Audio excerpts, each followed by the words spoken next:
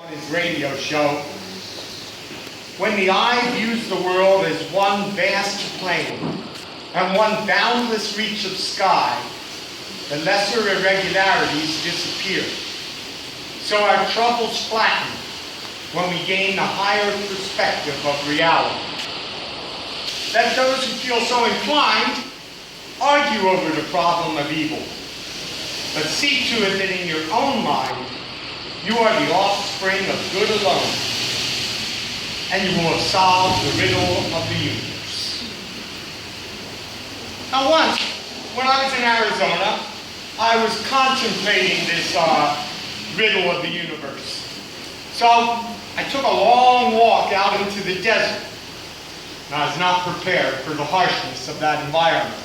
The extreme heat told me to seek shade, but there was not a rock or a tree to be found.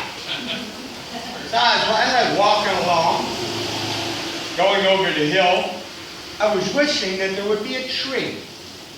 And as I came over the crest, to my disbelief, there stood a single palm tree. I named it the wishing tree. And I walked over to it and I sat down in its refreshing shade.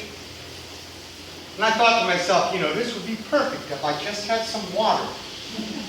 And I looked over, and I don't know how I could have missed it, but there, sitting at the base of the palm tree, was a glass of water.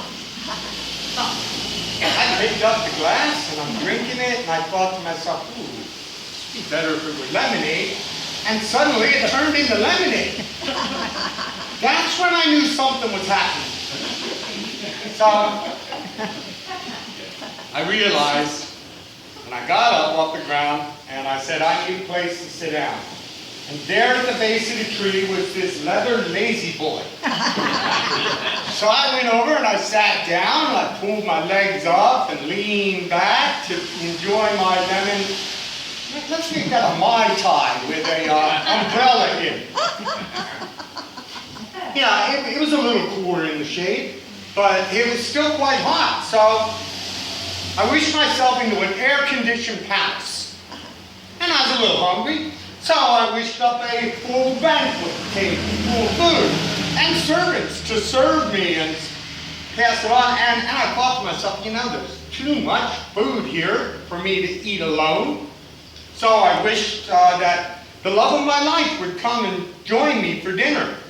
And suddenly, in walks my childhood sweetheart from second grade, and she's matured into a beautiful woman.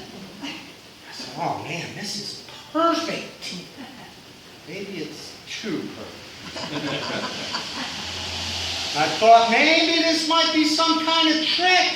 Maybe there's some kind of demon around it. And suddenly in walks this 12-foot high hairy demon with tusk a foot long. And I look up in there at those teeth.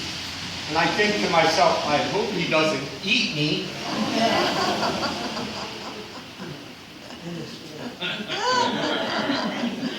The riddle is solved. We all use the creative power of the universal mind every time we use our own mind. So be aware of what you do. Come on.